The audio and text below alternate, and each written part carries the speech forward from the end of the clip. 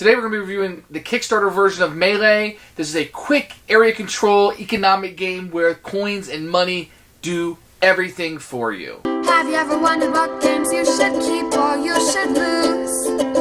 Find out here at Purge Reviews.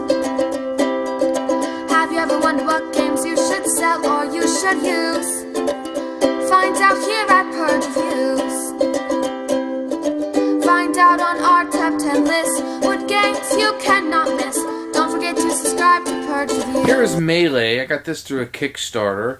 It was a game that was pretty popular at the time, but I honestly haven't heard a lot about it since then.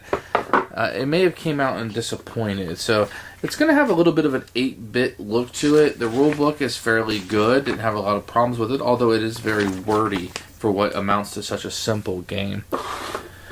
You will get 2 boards. This one is for 3 players, and this one is for 2 players.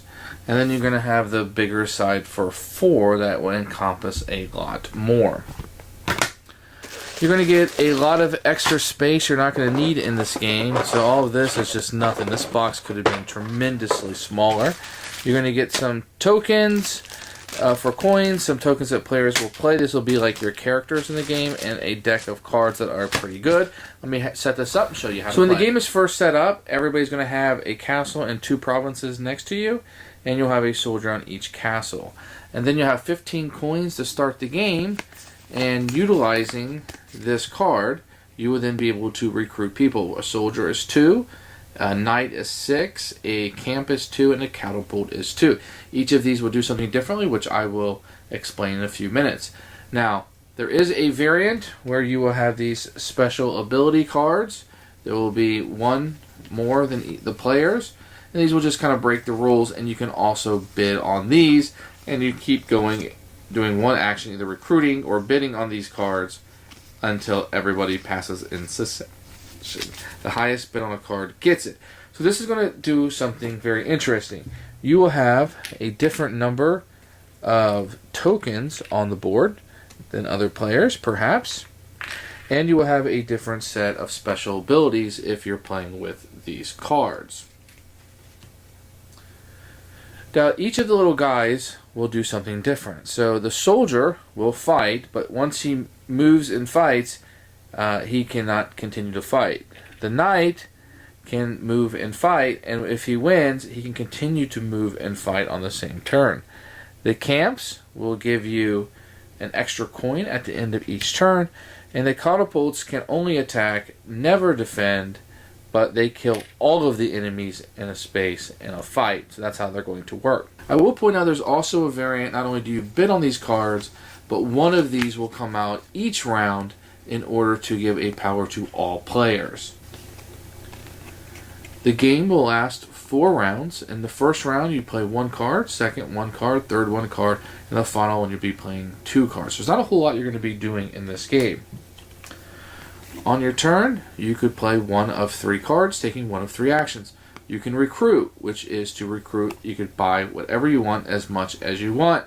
There are a couple of rules of this. One is that you can only recruit in your castle, the 2 provinces next to it, or any space where you already have a token.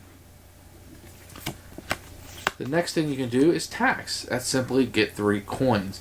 This is probably the most boring action you can do. The next one is attack and move. You can see here that a soldier can move, and I've kind of explained how this works already. So that is something that you can do. So let's talk about combat. When you're combat, you will tell your opponent how many coins you have. I have 3 coins. Then I will take a number of these coins and put them in my fist without you being able to see, and showing you. The defender will then guess. If he guesses correctly, my guys die and the attacking fails. If he guesses incorrectly, I have 1. I lose this either way, the coins, and then I will attack and kill whoever I was trying to attack there. The goal of the game is to get somebody else's castle, which will require you to win immediately, or if it goes to 4 rounds, then whoever has the most provinces can win. The Kilimanjaro in the middle is the prime spot. Now you'll notice that this has a shield 2 on it, as do the castles, which means that if you're defending here, you get 2 guesses instead of just 1. So now that we've seen how Melee works, I want to talk a little bit about the pros and cons of it. The pros of Melee is a very quick game. You can do an area control game in a very short amount of time. You're going to have a really tight, unique combat system. Economics in this are going to do everything for you. The resource you use for recruiting, the resource you use for combat are the same. And it's going to make some very interesting decisions about what you want, because you have a better chance of surviving the combat the more coins that you have. But this is going to lead into a con of the game, is the combat system. You're either going to love it or you're going to hate it, because you need to spend money to get people on the board. You need to spend money if you're playing with the special ability cards. That's how you're going to get these cool things you're going to do.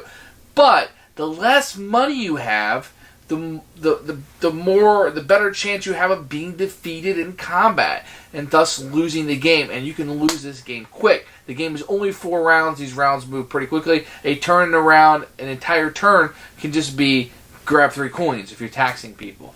So let me give you an example here. If you have 9 coins, I have 9 coins. I put them behind my back, and I put my fist up. How many coins do I have in my hand? 0, 1, 2, 3, 4, 5, 6, 7, 8, or 9. If you guess correctly, then you beat me. That's how it works. Now, if I have 3 coins and I say, here's my fist, how many coins I have in here? 0, 1, 2, or 3. And you guess correctly, well, you win. So, the more coins I have, the less opportunity there is for you to guess what I am using in my combat. Remember, whatever I use, I lose. So if I have 9, it's probably unlikely that I'm going to spend 7, right? Because then I would only have 2. It's going to severely reduce my troops, unless it's a place that I really have to win. So it kind of forces you to kind of maybe bid less in that smaller region, but you still never know. And that was kind of one of the problems with this game, is that having money is so important that it keeps you from doing and buying the cool things like the knights that are 6s, because that's a lot of coins to have to purchase. And getting coins every round is really tough unless you have a whole bunch of those camps out. Once again, those camps cost 2 coins each, only 4 rounds in the game, so you don't have a whole lot of time to make your money back on them either. And then you're just kind of guessing. And if you just happen to guess well, then you're going to do well. And if not, I guess there's a little bit of this whole like, well, he's got 3, he needs to go 2 steps. How many will he gamble here to move forward? But I don't know. It's not something that I particularly enjoyed, but I can see that it's really unique and people are really going to like this, or some people are going to. There's no dice, there's really no luck other than just the guessing part of the game. Everything else is full information. You're trying to take my castle, I'm trying to take your castle, or if time runs out, have the most provinces. It's very easy to understand and very easy to start playing this game. This is not a game that requires a lot of setup, does not require a lot of rules explanation. It's very easy to jump into. But boy, can that combat system be frustrating, right? If somebody just happens to be guessing right, they're going to win the game, and you're probably going to lose the game. And if you're guessing just as well as them, you may have a stalemate in this. So this game, although there's some other things going on with the money management, which is really neat, recruiting people, moving around the board, it's going to come down to whether you like this game, whether you like this combat system, whether you're okay with this guessing game that's occurring. If you're okay with that, I highly recommend this game to you. If not, pull back a little bit. There's not a lot of great, quick 2, 3, 4 player area control games like this. You may want to rethink this one. But if that sounds awesome to you, that management of the one resource of coins, and it's going to be the combat and the guessing game, then this is an insta-buy for you. For me, it's going to be a Purge. I didn't care for it enough to want to keep it. People I played it with didn't like it enough, so it's going to be leaving my collection. Thanks for watching the video. I really appreciate you tuning in. If you liked it, please like it and hit that little subscribe button. That really helps out the channel, lets us know that you're getting the videos that you want. If you agreed or disagree with what I said, feel free to comment below. I'd love to hear what you have to say, and I promise that I will comment back. Thanks for watching, and everybody else, keep playing games.